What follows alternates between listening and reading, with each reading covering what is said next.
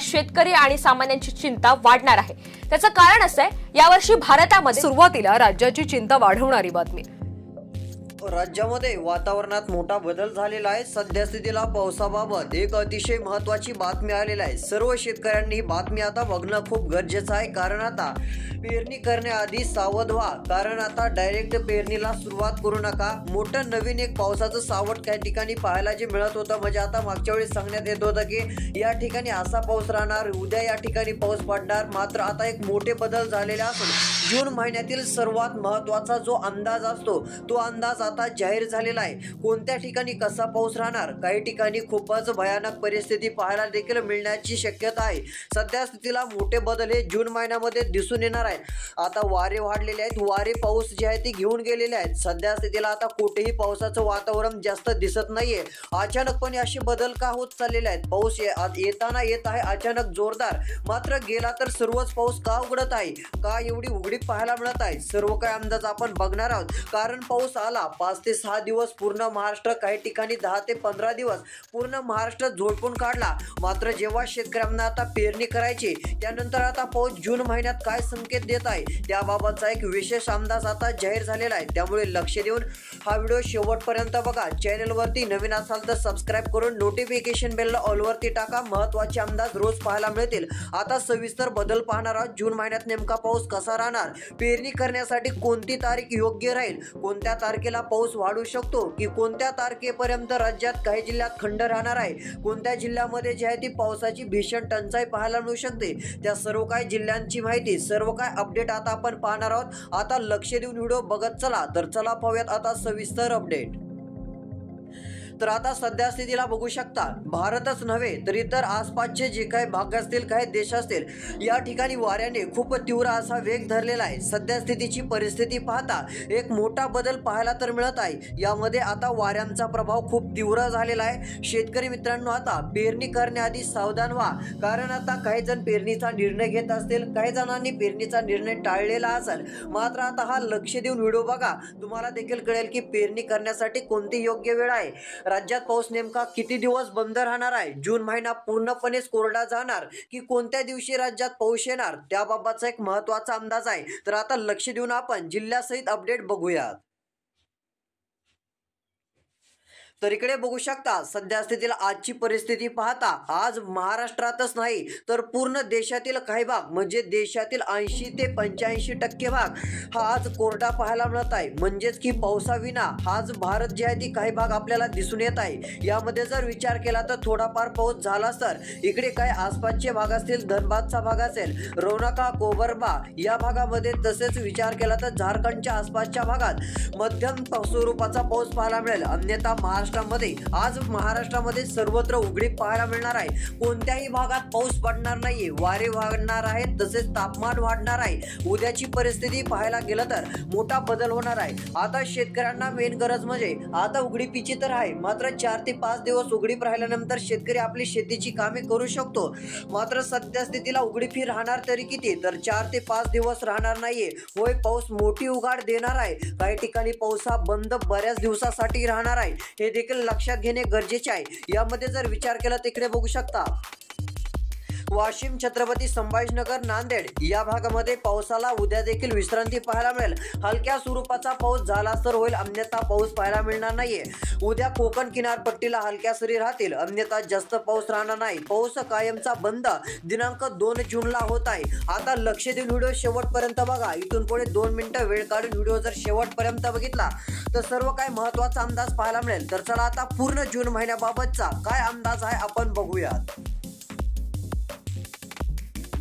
तर इकडे बघू शकता, सध्या स्थितीला तुम्हाला दिसत असेल पूर्ण महाराष्ट्रामध्ये वारे हे वेगवान गतीने मॉडेल दाखवत आहे। ECMWF मॉडेलच्या नुसार वाऱ्याचा वेग राज्यामध्ये खूप तीव्र पाहायला मिळत आहे। सध्या स्थितीला पाऊस पडणार नाहीये, ढगाळ वातावरण जरी दिसलं तरी काही भागात पाऊस राहणार नाहीये, हा अंदाज लक्षात घ्या। खूपच तीव्र एक सिस्टम पाहायला मिळत आहे। काही शेतकऱ्यांची चिंता वाढवणारी देखील बातमी आपल्याला पाहायला मिळत आहे। दिनांक 3 जून यावेळेस हलक्या स्वरूपाचा पाऊस झालाच तर होईल। यामध्ये जळगाव, तसेच नंदुरबार, मालेगाव, नाशिक, वाशिम, छत्रपती संभाजीनगर, अहिल्यादेवीनगर, पुणे हलक्या पावसाच्या सरी होतील, अन्यथा पाऊस पूर्णपणे उघडणार आहे। यामध्ये बीड, लातूर, नांदेड, तसेच इकडे सोलापूर, कोल्हापूर, सांगली, सातारा, कर्जतचा भाग असेल तसेच इकडे राहिलेले सातारा, सांगलीचे दक्षिणेकडील भाग पाऊस पूर्णपणे उघडणार आहे. विदर्भातील नागपूर, भंडारा, गोंदिया, चंद्रपूरच्या भागात पाऊस उघडणार आहे. तुमचा जिल्हा कोणता आहे कमेंटमध्ये सांगा. तुमच्या भागात कसा अंदाज राहील आता ते सांगणारच आहोत. मात्र आता लक्ष देऊन बघा, व्हिडिओमध्ये आता तुम्हाला सविस्तर माहिती सांगणार आहे. तुम्ही जर पेरणी केलीच तर नेमका राज्यात पाऊस केव्हा येणार, जेणेकरून पेरणीचे जे तुम्हाला नंतर पाणी देण्याची गरज पडणार नाहीये ते देखील आता तुम्हाला पुढे सांगणार आहे. नेमका पाऊस आता बंद तर होत आहे, बंद हा किती दिवसासाठी राहणार आहे व पाऊस सुरू किती दिवसाने आता पाहायला मिळणार आहे, कोणत्या तारखेला पाऊस कोणत्या जिल्ह्यात वाढणार आहे, कोणत्या तालुक्यात किती तारखेपर्यंत उघडीप राहणार आहे, त्याबाबतचा आता सविस्तर अंदाज आपण बघत आहोत. तर दिनांक 5 जून रोजी बघू शकता कडाक्याचं ऊन पाहायला मिळणार आहे. यामध्ये इकडे नांदेड, लातूर, सोलापूर, अकलूजचा भाग असेल, सांगली, साताऱ्याचा भाग असेल, विजयपुराचा भाग असेल, अहिल्यादेवी नगरचा भाग असेल, वाशिम असेल, चंद्रपूर असेल, यवतमाळ असेल, ताडोबा असेल, वर्धा असेल, देसाईगंज, अमरावती, आर्वी, कोंडोली, नागपूर, भंडारा पाऊस हा उघडीप देणार असून पाऊस या ठिकाणचा बंद होणार आहे. म्हणजे या ठिकाणी पाऊस राहणार नाहीये.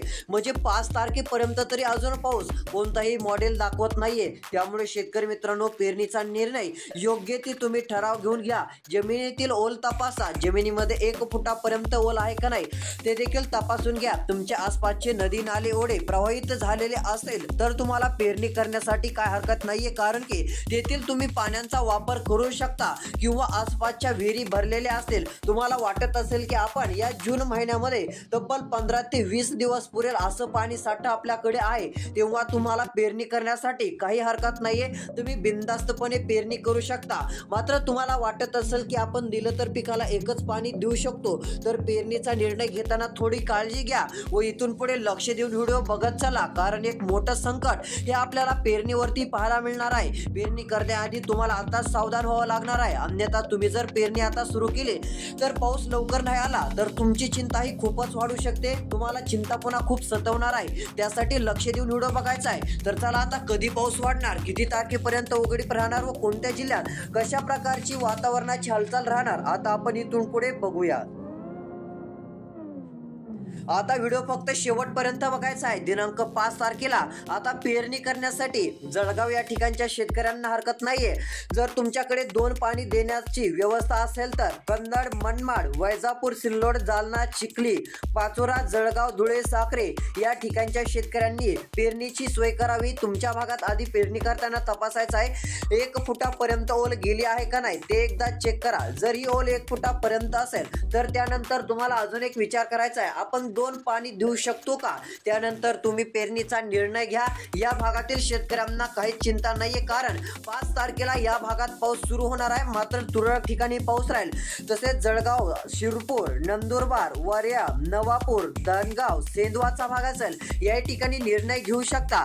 तसेच त्यानंतर दिनांक 7 तारखेला पावसात उघडीप पाहायला मिळेल. मात्र पाऊस सुरू होता यामध्ये इकडे नाशिक, मनमाड, वैजापूर, सिल्वासा, वाडा, इगतपुरी, छत्रपती संभाजीनगर या भागात पाऊस सुरू होणार आहे. तसेच इकडे बघू शकता यामध्ये जुन्नर, खेड, जामखेड, बीडचा काही भाग, अहिल्यादेवी नगरचे भाग, खेड, खोपोलीचे भाग या ठिकाणी मध्यम ते तुफान पावसाला सुरुवात होईल. बारामती, इंदापूर, करमाळा, दोंड, पुणे, गोरेगाव या ठिकाणच्या शेतकऱ्यांना पेरणी करण्यासाठी काही हरकत नाहीये. या ठिकाणी चांगला पाऊस झालेला आहे. मला माहिती आहे या भागातील काही भागात शेतकऱ्यांची जमिनीमध्ये शेतकऱ्यांची जे काही शेत असतील त्या ठिकाणी 1 फुटांपेक्षा अधिक ओल असेल, कारण या ठिकाणी तुफान पाऊस झालेला आहे. बारामती या ठिकाणी देखील चांगला पाऊस झालेला आहे. 7 तारखेला पाऊस वाढेल. दिनांक 7 तारखेचा विचार केला तिकडे विदर्भामध्ये पाऊस राहणार नाहीये. मात्र करमाळा, जामखेड, बीड, केज, परळी, पेठ, बार्शी, इंदापूर, बारामती या भागात दिनांक 7 तारखेला पाऊस सुरू होणार आहे. दिनांक 8 तारखेला महाराष्ट्रातील विदर्भाच्या भागात पाऊस वाढण्यास सुरुवात होईल.